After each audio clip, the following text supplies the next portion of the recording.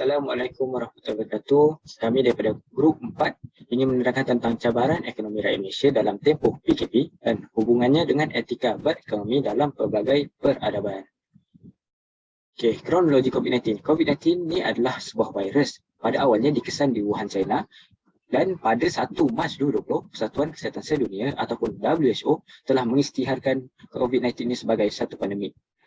Dan Malaysia telah mengesahkan kes pertama mereka di mana pada 25 Januari 2020. Ini kerana pada 23 Januari 2020, 3 warga China telah masuki negara melalui Johor dan Singapura dan mereka telah disahkan positif COVID-19. Dan yang keempat adalah PKP pertama telah dilaksanakan pada 18 Mac 2020.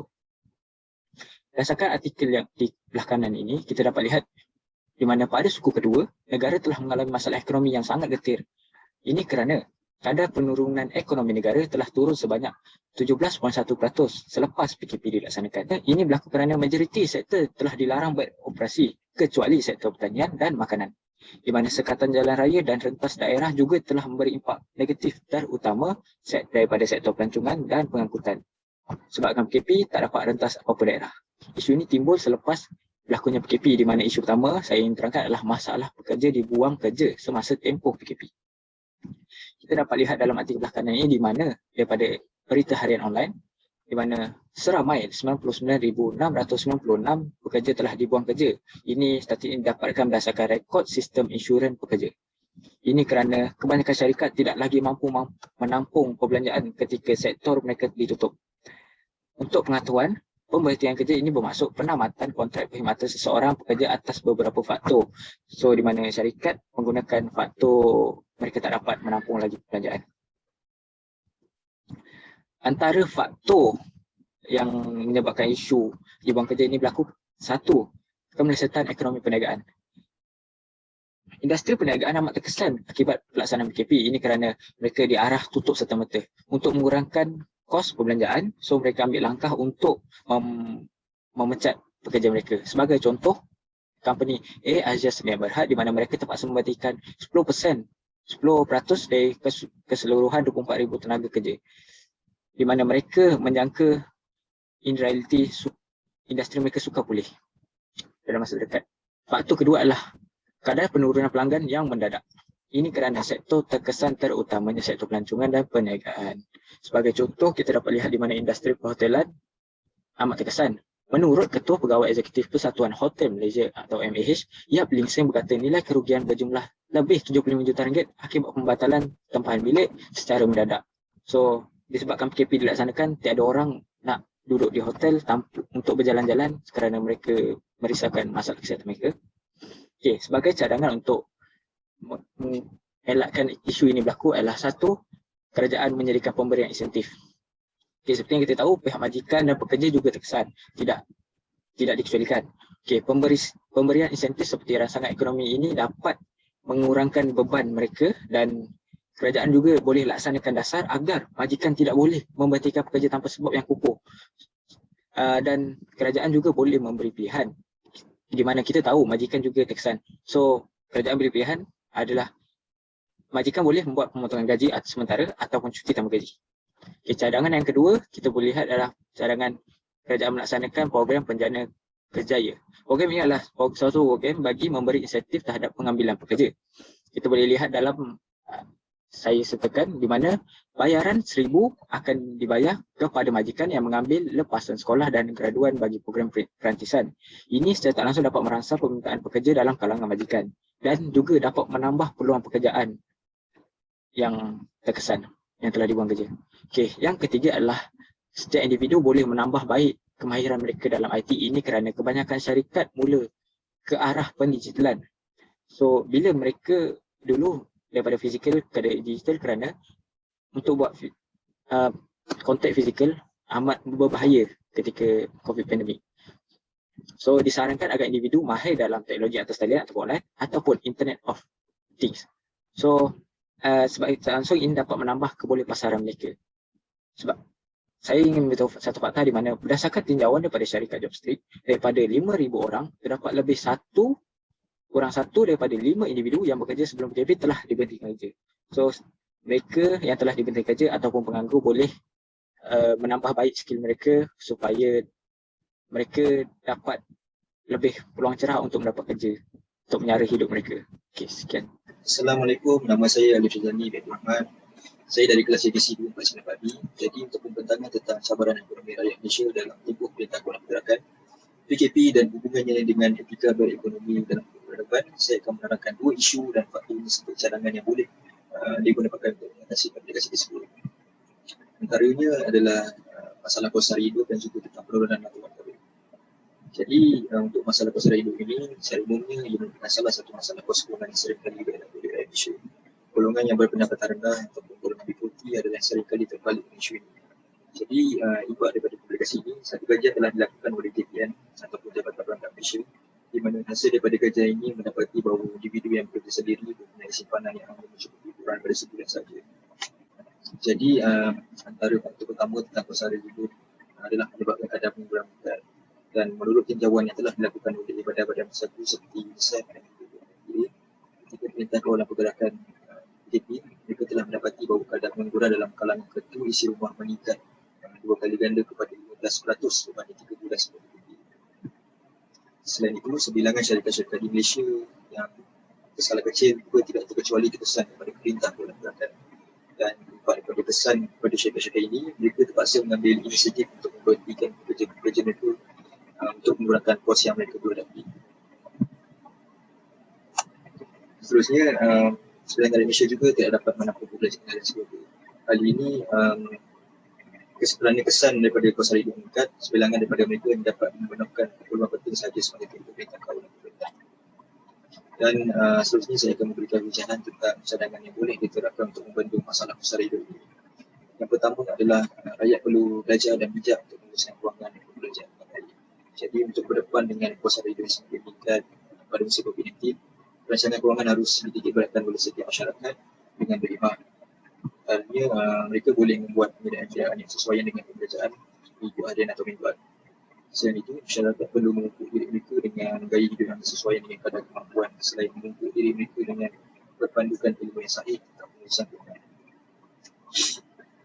Selain itu, cadangan yang kedua adalah bantuan tambahan di bawah program bantuan pendidikan rakyat PPR. Dengan bantuan sara hidup yang diperkenalkan oleh kerajaan, ia dapat membantu menaik taraf kehidupan setiap golongan pekerja sekarang yang lebih baik dan positif. Individu juga boleh mengambil peluang untuk berniaga. Untuk cadangan yang ketiga ini, dengan kos sara hidup yang meningkat, individu boleh cuba mencebukkan diri mereka dengan melakukan perniagaan dagang untuk mencari pendapatan sempurna. Isu yang dibentangkan seterusnya adalah penurunan mata wang negara.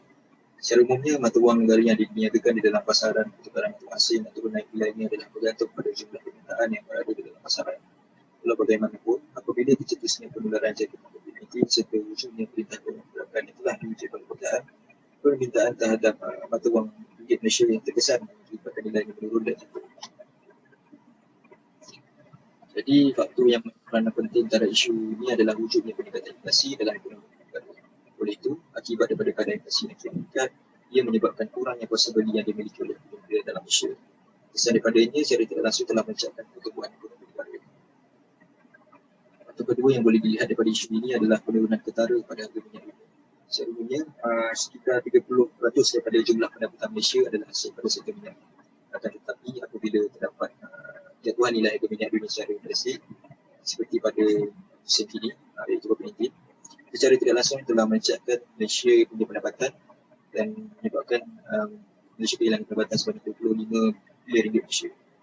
Oleh itu, kesan daripada ketidakstabilan nilai harga minyak mentah ini telah menyebabkan hilangnya tarikan daripada pelan luar. Seterusnya adalah kadar faedah dan bunga yang rendah yang ditawarkan. Jadi turut diketahui bahawa kadar faedah memainkan peranan penting dalam sistem kewangan. Namun apabila krisis pandemik COVID-19 yang telah melanda dan kini telah dilaksanakan, ekonomi global telah menjejaskan sistem kewangan dengan teruk, menyebabkan kebanyakan negara jatuh ke dalam keterdesakan. Selain itu, turut kelihatan kesan daripada penawaran kadar bunga yang rendah di dalam negara, ia secara tidak langsung telah mengurangkan tarikan yang ada untuk pelabuh luar daripada dalam sebuah negara. Jadi untuk cadangan yang pertama adalah dengan mengembangkan pasaran ekspor. Secara ringkasnya, nilai mata wang yang rendah telah banyak memberi peluang kepada negara terutama untuk bersaing di dalam pasaran ekspor. Hal ini disebabkan produk yang ditawarkan oleh negara kita adalah jauh lebih murah berbanding dengan negara yang lain yang stabil nilai mata wangnya. Selain itu, kerajaan juga telah merangkul beberapa tindakan, antaranya kerajaan telah mengambil inisiatif untuk membantu usahawan kecil dan sedang SME untuk meneroka pasaran global dengan promosi kepada 46 negara. Untuk cadangan yang kedua yang boleh diterapkan adalah dengan mengurangkan kebergantungan terhadap barang import. Jadi untuk mengelakkan rakyat yang terlalu bergantung pada barang import, kerajaan perlu menggesa rakyat untuk menggalakkan pembelian barang dan tempatan yang dihasilkan. Jadi untuk menarik minat mereka, salah satu contoh yang boleh dilakukan untuk menarik minat rakyat untuk membeli barang dan tempatan adalah kerajaan perlu meningkatkan dan memanjakan tempoh jualan negara Malaysia. Terima kasih. Terima kasih. Selamat. Assalamualaikum warahmatullahi wabarakatuh. Nama saya Muhammad Hafiz bin Rusdi. Cabaran seterusnya adalah sektor penerbangan terjejas. Susulan daripada PKP, Sekatan Perjalanan dan Penutupan Sepadan dilaksanakan demi membendung penularan COVID-19 yang menjadi permulaan titik buruk dalam sektor penerbangan.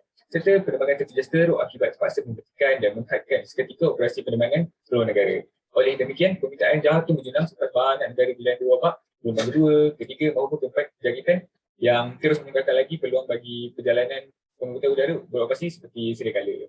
Pada masa yang sama, kesan daripada PKP ini menyebabkan penggunaan tenaga perniagaan mengalami tekanan di mana pekerja-pekerja kena jangkitan wabak perlu diberhenti dan juga arahan sementara kawalan pergerakan penduduk ini dilaksanakan.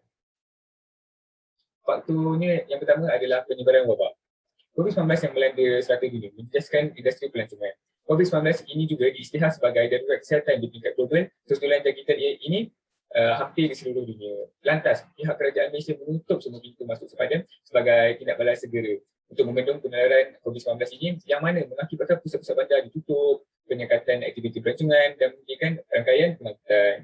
Faktor kedua adalah pembatalan penerbangan. Oleh kerana peningkatan kes COVID-19 ini, para pengguna telah membuat pembatalan perancangan mereka untuk menaiki pesawat. Pada hujung masa 2020, aktiviti penerbangan mencatatkan penurunan antara 40 hingga 60% penerbangan antarabangsa yang menerima efek paling besar. Pihak kerajaan Malaysia mewajibkan bayaran balik tiket dari penerbangan yang dibatalkan oleh pengguna dari yang berupah tiket awal. Pembatalan sebahagian besar penerbangan ini turut memberi kesan kepada penghantaran kargo melalui ruang udara. Hal ini kerana pesawat penumpang membawa hampir separuh kargo di dunia yang dihantar melalui ruang udara. Situasi COVID-19 ini menyebabkan bayaran penghantaran menggunakan pesawat meningkat sebanyak 3 kali ganda. Cadangan saya adalah mengukur kesedaran dan keyakinan para pengguna. Pihak kerajaan dan syarikat penerbangan perlu berganding bahu meningkatkan kesedaran dan keyakinan para pengguna untuk menggunakan perkhidmatan pengangkutan penerbangan bagi memulihkan dan memberi sinar semula kepada sektor pelancongan domestik. Syarikat penerbangan perlu mendapatkan kepercayaan dari para pengguna dengan memastikan kapal terbang ataupun lapangan terbang sentiasa dalam keadaan bebas wabak COVID-19. Tambahan pula, pihak kerajaan memainkan peranan dalam mengawal jangkitan wabak dengan mengetatkan lagi kawalan di lapangan terbang. Sebagai contoh, mewajibkan para pengguna mengambil saringan COVID-19 sebelum naik pesawat supaya tak ada kes jangkitan di lapangan terbang yang akan meresahkan lagi para pengguna. Cadangan kedua adalah menyebabkan ataupun menyediakan SOP yang bijak dan efektif. Penyelesaian protokol ataupun kita panggil SOP pada peringkat antarabangsa diperlukan untuk mendorong pemulihan pengangkutan udara di peringkat antarabangsa yang banyak terjejas akibat COVID-19 ini sejak setahun yang lalu. Pihak kerajaan memerlukan rangka kerja yang dipersetujui bersama dan diselaraskan di peringkat global bagi memastikan perjalanan lintas negeri ataupun negara dengan selamat. Sebagai contoh, melaksanakan sistem atau cara prosedur tetap untuk pengguna seperti kewajipan ujian saringan COVID-19, kewajipan vaksinasi dan rekod kesihatan kita yang diluluskan ataupun diakui oleh pihak KKM. Cabaran seterusnya adalah penutupan perniagaan. Pelaksanaan PKP diumumkan oleh pihak kerajaan mengakibatkan sektor negara ini lumpuh, bahkan merosot dan banyak sektor maupun industri menerima impak. Jangkitan COVID-19 dan PKP yang berlarutan mengakibatkan pengusaha yang bertetes PKS menerima impak amat besar dalam perniagaan mereka apabila mereka terpaksa menelan segala kebaikan akibat jualan mereka merudum. Berdasarkan daripada Magic pada Mac 2020, kurang daripada 3% usahawan pemula niaga ini mampu bertahan sekiranya penularan COVID-19 ini berterusan sehingga 12 bulan akan datang. Hal ini terjadi sewaktu PKP di mana pengguna ataupun pembeli kurang ke pasar raya bagi mendapatkan barang keperluan. Diorang hanya menggunakan aplikasi seperti Panda, GrabFood. Antara faktor-faktornya adalah pengumuman PKP. PKP yang dibuat dalam tempoh yang singkat membuatkan para peniaga ini tidak bersedia dengan sebarang perancangan jangka masa panjang. PKP juga membuatkan penurunan jumlah pendapatan yang mendadak oleh kerana para peniaga ataupun syarikat ini terpaksa mengurangkan kos perbelanjaan mereka seperti mengurangkan gaji pekerja, menghentikan sebilangan daripada pekerja mereka kerana tidak dapat menampung kerugian yang dialami. Yang seterusnya, kos tetap perniagaan yang perlu dibayar. Dalam perniagaan, faktor seperti sewa, utiliti ataupun pembayaran upah merupakan aspek tetap untuk yang mana mengganggu aliran perbelanjaan dan mendorong peniaga-peniaga ini mula menutup perniagaan. Banyak wang yang telah dihabiskan ataupun digunakan dalam pengubahsuaian dan promosi untuk menarik pelanggan menjadi faktor utama peniaga sedia ada ini sukar untuk meninggalkan premis yang mereka ada. Selain itu, peniaga menggunakan wang simpanan untuk membayar sewa walaupun keadaan ekonomi yang tidak pasti bila akan pulih. Okay. Sebagai contoh, peniaga yang menjalankan perniagaan di KL dan Selangor menghadapi tekanan yang amat tinggi atas faktor kadar pembayaran sewa di sana tinggi. Hari sekali dari saya bicarakan para peniaga berniaga dalam ataupun secara dalam talian. Ramai peniaga di Malaysia mulai hari ini mula sedar dan mengambil inisiatif dengan menjalankan perniagaan secara dalam talian. Tambahan pula, kaedah ini dapat menolong peniaga menambah pendapatan dan hasil jualan. Oleh itu, para peniaga boleh membuat jualan dalam talian sama ada melalui aplikasi Facebook, Instagram dan lain-lain. Sebagai contoh, peniaga-peniaga makanan dan minuman yang menggunakan platform ini untuk mendapatkan tempahan dan boleh melakukan penghantaran secara dalam talian akan meningkatkan hasil jualan mereka. Akhir sekali, muncul inisiatif baru. Melihat kepada keadaan semasa ekonomi, peniaga turut menghadapi pelbagai rintangan cabaran bagi memastikan produk mereka ini terus dipercayai dan kekal relevan. Oleh demikian, pelbagai strategi jualan dijalankan termasuk cara perikanan yang aktif dan kreatif yang dihasilkan oleh para peniaga bagi menarik minat para pengguna ataupun pembeli. Seterusnya, ada peniaga yang menggunakan aplikasi media sosial seperti Facebook, Instagram dan TikTok kerana mereka tahu platform ini mendapat sambutan dan mempunyai potensi yang tinggi untuk meraih hasil jualan kerana kebanyakan pengguna bosan dan PKP dan hanya melayari media sosial ini ataupun platform ini. Sekian saja dari saya. Terima kasih. Bismillahirrahmanirrahim. Assalamualaikum warahmatullahi wabarakatuh. Nama saya Muhammad Aizal Azwar bin Muhammad Azhan dan saya akan bentangkan isu yang keenam iaitu kekurangan dan fasiliti kesihatan yang terhad. Kita pergi kepada artikel yang pertama. Artikel ini diterbitkan oleh Berita Benar, dikarang oleh Hadi Azmi dan Wahli, menunjukkan Malaysia berdepan dengan krisis kekurangan katil akibat daripada kes yang meningkat. Artikel yang kedua yang diterbitkan oleh Esrul Awani, dikarang oleh bernama, menunjukkan PKRC fasiliti kesihatan semakin kritikal di Kelantan. Artikel yang ketiga yang dikarang oleh Nik Amirul Mukmin, Nikmin, diterbitkan oleh Sinar Harian, menunjukkan penggunaan fasiliti kesihatan di Pahang membimbangkan. Okey, apakah faktor yang membawa kepada isu tersebut? Ada 3 faktor yang membawa kepada isu tersebut. Yang pertama, peningkatan pesakit secara mendadak. Yang kedua, kurang persediaan dan penyelenggaraan fasiliti yang kurang cekap. Dan yang ketiga adalah sumber bahan mentah dan tenaga kerja yang terhad. Okey, kita pergi kepada isu faktor yang pertama. Faktor pertama iaitu peningkatan pesakit secara mendadak. Tan Sri Datuk Seri Dr. Nur Hisham bin Abdullah, Ketua Pengarah Kesihatan Malaysia berkata bahawa hal ini adalah disebabkan oleh kelesuan pandemik yang dialami oleh masyarakat Malaysia dan ianya telah membawa kepada penurunan sikap mengambil langkah berjaga-jaga seperti yang telah disyorkan oleh pihak berkuasa kesihatan. Sikap alpa dalam kalangan masyarakat ni dalam mematuhi prosedur operasi standard SOP bermula setelah program imunisasi COVID-19 diperkenalkan di Malaysia pada hujung tahun 2020. Faktor yang kedua adalah kurang persediaan dan penyelenggaraan fasiliti yang kurang cekap. Kurang persediaan oleh KKM iaitu Kementerian Kesihatan Malaysia dan penyelenggaraan fasiliti yang kurang cekap semasa menghadapi gelombang pertama dan gelombang yang kedua. Memandangkan COVID-19 merupakan wabak yang baharu yang melanda umat manusia di seluruh dunia. Oleh itu, tiada persiapan khas yang pernah dipraktikkan sebelumnya oleh mana-mana pusat kesihatan. Ianya mengambil masa yang lama untuk mengenal pasti langkah yang terbaik dan efektif bagi membendung penularan penyakit tersebut.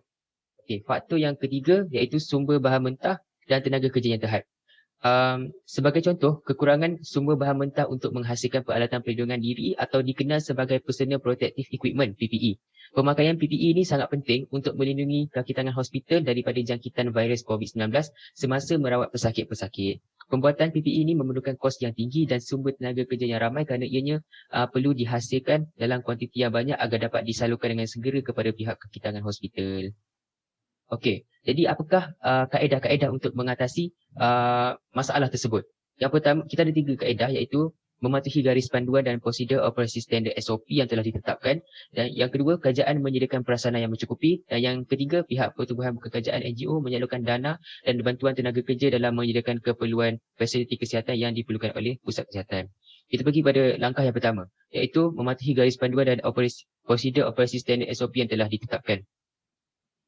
Masyarakat perlulah menjaga kesihatan diri dengan sentiasa mengamalkan dan mematuhi prosedur operasi standard SOP yang telah ditetapkan oleh kerajaan bagi mencegah penularan wabak COVID-19 ini. Sebagai contoh, masyarakat perlulah mengamalkan penjarakan sosial iaitu jarak fizikal antara satu sama lain adalah dalam jarak 1 meter. Manakala premis perniagaan pula seperti kedai runcit, pasar raya perlulah menghadkan jumlah pelanggan dalam satu-satu masa supaya tidak berlaku kesesakan yang boleh menyebabkan pelanggan bersentuhan antara satu sama lain. Kita pergi kepada langkah yang kedua, kerajaan menyediakan prasarana yang mencukupi. Bagi memastikan prosedur rawatan pesakit COVID-19 ini berjalan dengan efektif dan efisien, kerajaan perlulah menyalurkan sumbangan dana kepada Kementerian Kesihatan Malaysia KKM bagi menyediakan kemudahan prasarana seperti fasiliti dan alatan perubatan yang mencukupi. KKM perlulah memantapkan lagi kesiapsiagaan mereka dengan merancang untuk menambahkan bilangan katil terutamanya di unit rawatan rapi ICU dan melakukan pengubahsuaian mana-mana pusat institut bagi menjadi pusat kuarantin dan rawatan COVID-19 di seluruh negara. Seterusnya, pihak kerajaan juga perlulah meningkatkan kapasiti makmal dengan bekerjasama dengan pelbagai pihak. Contohnya Makmal Angkatan Tentera Malaysia, Makmal Institut Genom Malaysia, Makmal Hospital University dan Makmal swasta. Hal ini supaya kapasiti proses untuk menjalankan ujian saringan COVID-19 di seluruh negara ni dapat ditingkatkan menjadi lebih cepat dan efisien. Okey, langkah yang terakhir iaitu pihak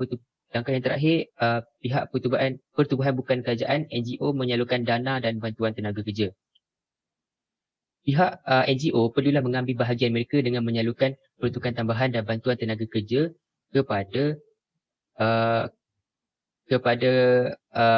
mana-mana fasiliti kesihatan, mana-mana pusat kesihatan. Sebagai contoh, peruntukan untuk membiayai pembelian peralatan perubatan seperti ventilator, peralatan ICU, peralatan perlindungan diri PPE, tambahan bagi kaki tangan perubatan awam, serta keperluan makmal untuk saringan COVID-19. Jadi dengan bantuan-bantuan tersebut, ianya dapat memudahkan lagi pihak KKM, Kementerian Kesihatan Malaysia ataupun mana-mana pusat kesihatan untuk menangani wabak COVID-19 tersebut dengan lebih efektif dan efisien. Okay, jadi kesimpulannya, semua pihak perlulah mengambil iktibar dan cakna dengan isu-isu ekonomi yang telah melanda negara Malaysia sekarang ini.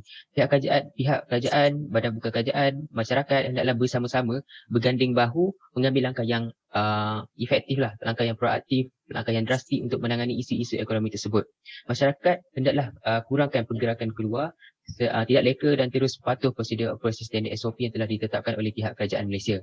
Penularan virus ni boleh dielakkan dengan sentiasa memastikan penjarakan fizikal yang selamat, kerap mencuci tangan dengan air dan sabun atau hand sanitizer serta pemakaian alat pelitup muka. Justru adalah amat penting bagi rakyat Malaysia untuk sentiasa berwaspada dan mengamalkan disiplin sosial dalam usaha memutuskan rantaian COVID-19 tersebut. Jadi marilah sama-sama kita bersama untuk memutuskan rantaian jangkitan COVID-19 ini, insya-Allah. Jadi sekian saja daripada saya. Terima kasih.